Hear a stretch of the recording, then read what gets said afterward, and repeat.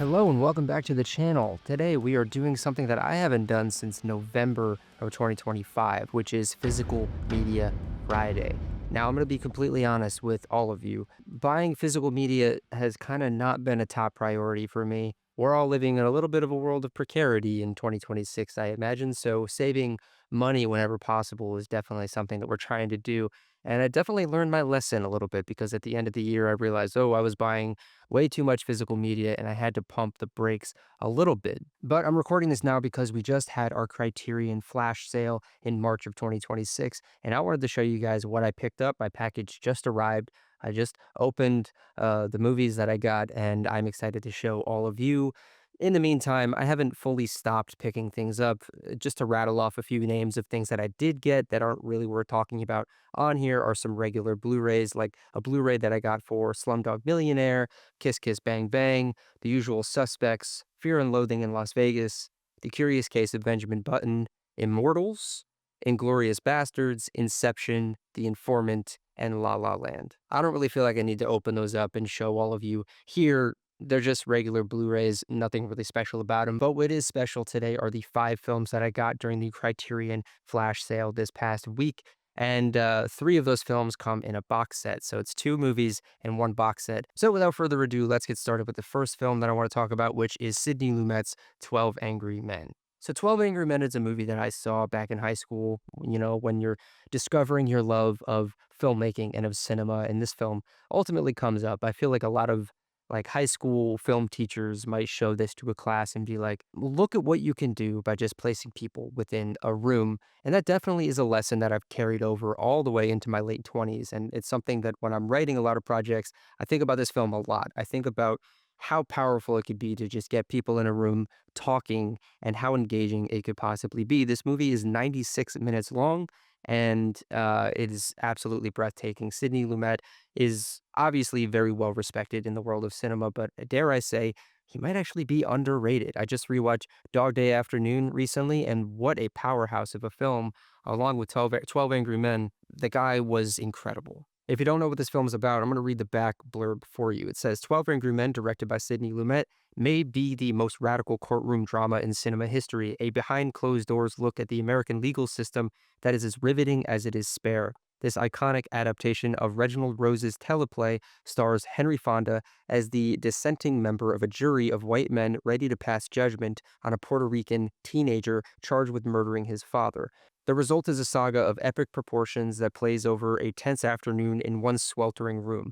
Lumet's electrifying snapshot of 1950s America on the verge of change is one of the great feature film debuts. Now, just looking at the cover here, you get all of the 12 Angry Men, including Henry Fonda, right in the sort of center lower portion. Just an all-time great cast, an all-time great screenplay. Really, really exciting film. If you have never seen it, absolutely, you should check it out. It all takes place in one room in the sort of juror's box as they're deliberating whether or not to send this kid basically to his death sentence. Let's crack this open and see what comes in this Criterion Blu-ray. So we open it up, and inside we get the disc, 12 Angry Men.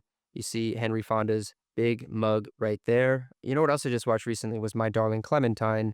So I'm pretty familiar with seeing Henry Fonda's face on screen recently. So let's take this out. Inside you get the chapters right on the inside sleeve there. So we're gonna take a look at this booklet briefly.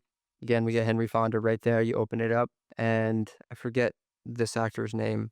I actually forget a lot of the other actors in this. So if we flip through this booklet here, we will see we get the whole cast with all of the list of the jurors. Juror number 8 is Henry Fonda. Who's there? Juror number 3, Lee J. Cobb. He's another really, really wonderful, powerful performance. I wonder how many Oscars this got nominated for. Maybe I'll throw that up on the screen here. We get an essay here called Lumet's Faces by Thane Rosenbaum. I'm excited to give that a read. Flip through, and you basically just get a little portrait of each of the jurors alongside this essay. Let's see if there's another one in here. It looks like just one long essay in this one about the transfer, special thanks, production credits, and acknowledgments. So not incredibly a whole lot in this little booklet here, but honestly, it's going to be great reading material, some great literature while I'm rewatching this film that I have not seen in probably, I would say, like 13 years. Yeah, because about 13 years ago, I would have been 16. So it was probably around 16 that I saw this for the first time, and it has stuck with me ever since. And it's an incredibly influential movie to myself and a lot of other people. Absolutely go see 12 Angry Men, pick it up if that at all sounds interesting to you. Let's move on to the next film. Now, I swear I don't really think I did this on purpose, but I ended up picking up another release by Sidney Lumet, and this one was a brand new release from Criterion. I'm, of course, talking about Network. This is a film that I have yet to see. This was actually my blind buy. If you don't know, every single time that we do a flash sale, Criterion does a flash sale, or they do their sort of like month-long Barnes& and Noble sale. I usually try to get one blind buy or just any film that I haven't seen before, but that I've always wanted to see. And Network was the blind buy this month. This is one that I've been meaning to watch for a long time. I've always seen that clip of Peter Finch giving his "I'm mad as hell" speech, and "I'm not going to take this anymore." I've seen that 100 times, but I never really knew the context of what was going on in that scene, what was leading him to say those things. So I am very, very excited to watch this. When they announced this a couple months ago, I saw this cover and I was like, you know what? That's when I'm gonna go see this. That's when I'm gonna finally sit my ass down and watch this. Again, Sidney Lumet, like I just mentioned with 12 Angry Men, is a legend. He's a genius and really does incredible work. So if this is anything, if this is half as good as Dog Day Afternoon or 12 Angry Men or Before the Devil Knows You're Dead or something like that, then I have no doubt that this is going to be a new favorite of mine. So I don't really know anything about this movie. I'd like to read the back, and this will be for your benefit as well as my benefit. So let's go ahead and do that. This media satire, directed by Sidney Lumet, from a brilliantly incisive script by Paddy Chayefsky, is an X-ray of the corrupted soul of a corporate-dominated America, startlingly prescient in its anticipation of today's outrage-driven news cycle. At a struggling television network, ambitious executive Diana Christensen, played by Faye Dunaway, finds herself with a hit on her hands when disgruntled newscaster Howard Beale, Peter Finch, goes off script, transforming himself into a mad as hell prophet, railing against the ills of modern society. But can she control the populist revolution they have unleashed on the airwaves? Garnering 4 Oscars, including for Dunaway, Finch, and Chayefsky, this no-holds-barred new Hollywood classic remains as fearlessly funny as it is unnervingly relevant. I feel like Criterion does a pretty good job at releasing a lot of things that feel relevant all these years later. I mean, this film came out in 1976. And, thinking about that mad as hell speech, I don't know about you, but sometimes it could feel like I just want to walk out into the street and have my own "I'm mad as hell" moment and just tell everyone how crazy the world can feel right about now. So I think the Criterion kind of knows what they're doing with their release strategy when they release something like Network in 2026.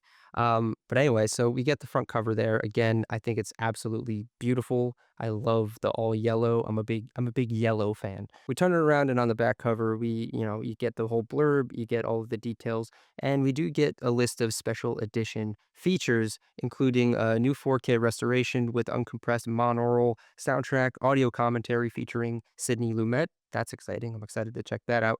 Paddy Chayefsky, Collector of Worlds, a feature-length documentary about the screenwriter by Matthew Miele. I love, love, love when Criterion includes an entire separate movie in their movie packages.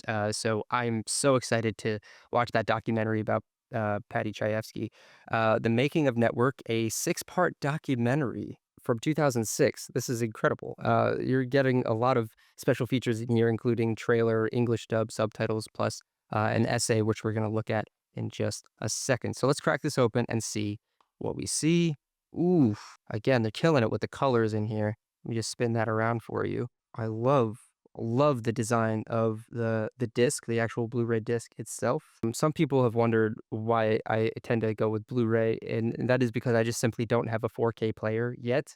And at the moment, it isn't really worth it for me to be buying a 4K edition of these things without actually having a 4K player just yet. So I just get the Blu-rays. If I need to upgrade them later on, then maybe I'll sell my Blu-rays and upgrade to 4K at some point down the road. Hey, it might not be the best use of my time and money, but that's what we're going with right now. So let's open this up. We get Faye Dunaway right there. Again, love the colors. We get like these color bars, like you would see on television. And on the back, we get Robert Duvall. May he rest in peace. So let's open it up and see what we get in here. Oh, it's a fold out. It's a full fold out. And in here, we get an essay called Back to the Future by Jamel Bowie. And we also see Peter Finch right there in green and doing his mad as hell speech. Open this whole thing up. I'm going to show you guys everything that's inside, cast, credits. Again, they really killed it with the colors on here. I love this sort of like pop art, Bauhaus style colors. But that's the whole essay right there. It's pretty long, but you can see the whole thing. And look at that, like little rainbow right there. That's so cool. I love that. I love that a lot. So one of my favorite things to do every time I get a Criterion of any sort is to watch the movie, obviously, but then read the literature as I sort of have like parts of the special features playing and just kind of like pause the special features, read through the essay, and then continue watching the special features. I am beyond excited to check out not only Network, but check out some of the special features on here and to read that essay. Network, hopefully it doesn't disappoint me. Maybe I'll come back and do a full review and let you all know what I thought of Network, but this one has me extra excited. Let's see what else I got during this Criterion flash sale. So throughout the year, I've been doing my 2026 Criterion Challenge. My video for the first quarter of 2026 comes out next week, actually. So if you don't want to miss that, be sure to hit the bell to be notified when new videos come out on this channel, as well as hitting the subscribe button and liking this video.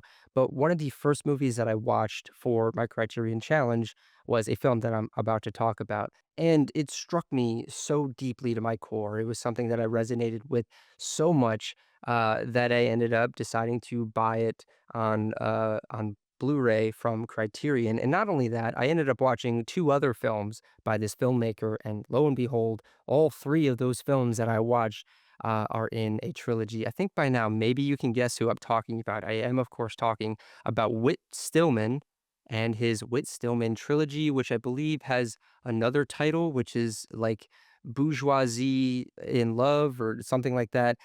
They don't have it listed on here. It just says the Whit Stillman trilogy. The three films in this trilogy are Metropolitan, which was the film that I watched for the Criterion Challenge, The Last Days of Disco, and Barcelona. Three films that I absolutely loved, and I'm so glad to finally own them on Blu-ray. So for this three film box set, I'm going to run through them all individually, but let me read the back of what it says on the back of the Whit Stillman trilogy box set. Let me just read this. Over the course of the 1990s, writer-director Whit Stillman made a trilogy of films about the acid tongues and broken hearts of some hapless, erudite young Americans in New York and abroad. Set in the 80s, these films trace the arc of that decade, led by Stillman's Oscar-nominated debut, Metropolitan, which introduced moviegoers to a strange, endangered species of privileged New Yorker, the urban haute bourgeoisie. Chronologically, the tale continues with The Last Days of Disco, in which, with an earnest wink, Stillman mourns the close of New York's nightclub era via the story of two young party-going women juggling day jobs and book publishing. Finally, Barcelona plunks down a pair of love-starved upper-class men in a foreign city rife with anti-American sentiment. At once effervescent and melancholy, these are comedies about the ends of cultural moments, social change, as seen through the eyes of reluctant, unflaggingly sardonic romantics. And then also on the back, you get a whole host of special features, director-approved 3 Blu-ray special edition collector set features. Interesting way to phrase that.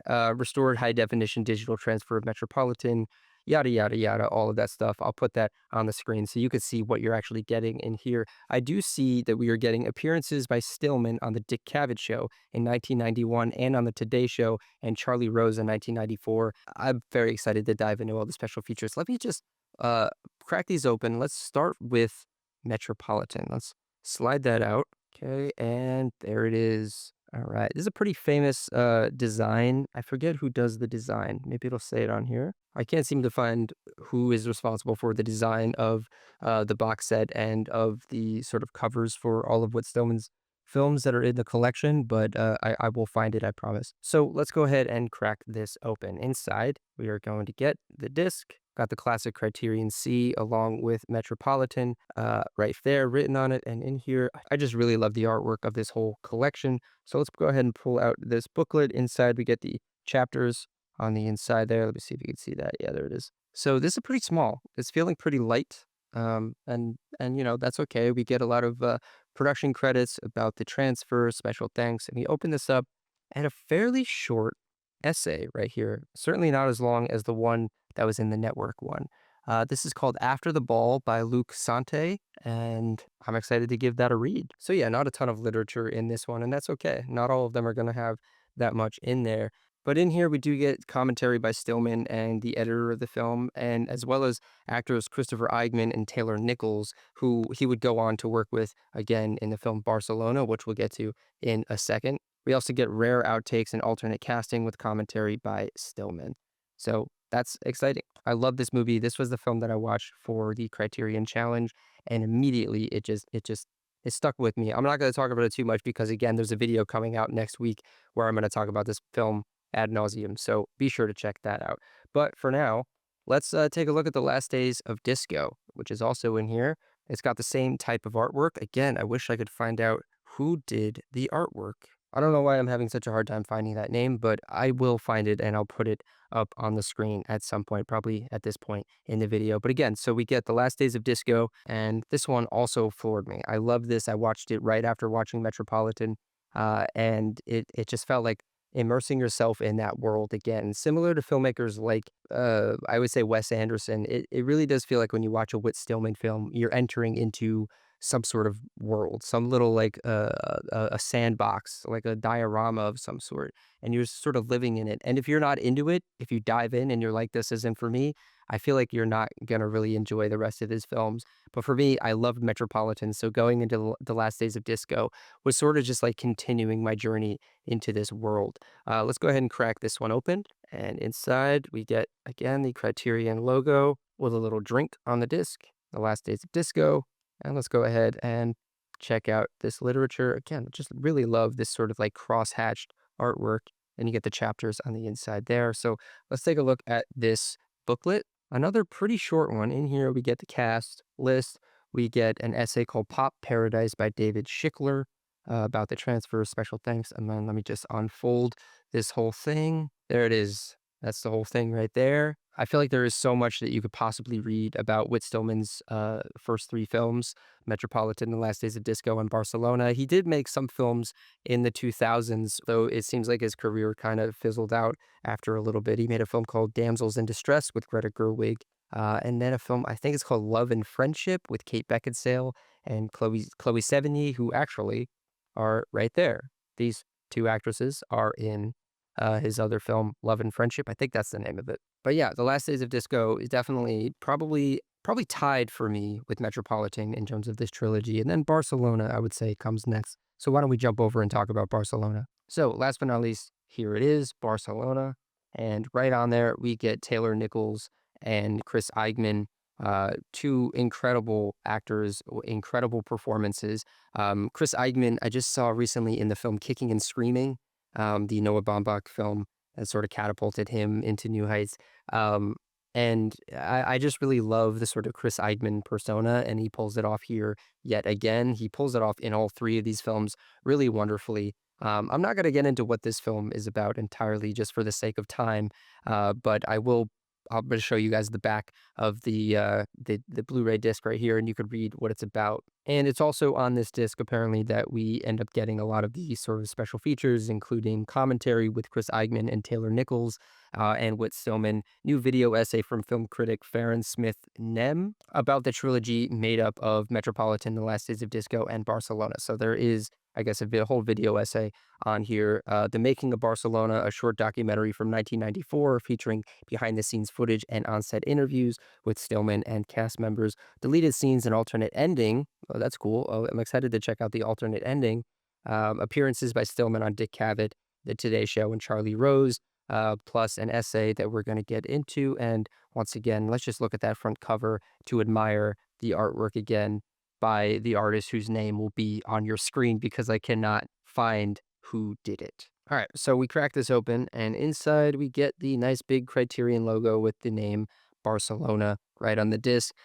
We don't get the same cross-hatching artwork on the essay portion on the little booklet, but inside we do get Mira Sorvino and Chris Eigman right there with Chris Eigman on the inside. And so let's go through this little booklet. It's another pretty light one, so I imagine it's going to be fairly short. We have an essay called Innocence Abroad by Hayden Guest, which I will be reading shortly after rewatching this film. And here is the entire essay right there. And on the back, we get a couple stills, or I guess it's one still from the movie, as well as cast credits about the transfer, special thanks, and production notes. I am sort of beyond excited to have all of this Whit Stillman stuff in my collection, and these Criterion flash sales are the best time to be doing these sort of box set purchases. It's just sort of like money wise, it makes the most sense. You get the most bang for your buck. I think I ended up getting this for about 30 something dollars, maybe like $35.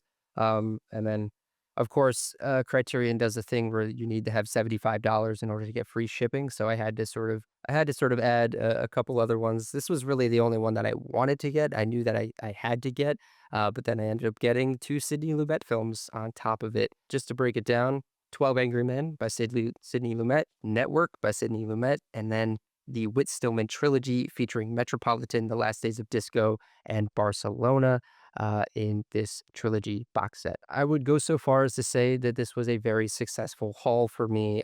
Again, I am trying to limit the amount of stuff that I'm buying, which is why you don't see a whole lot of these Physical Media Friday videos coming out on the channel anymore. You got to do what you got to do. You got to save money here so you could spend money in other places that are maybe a little bit more important than collecting physical media, even though this is an incredibly important thing to me that I wish I had the means of doing more often.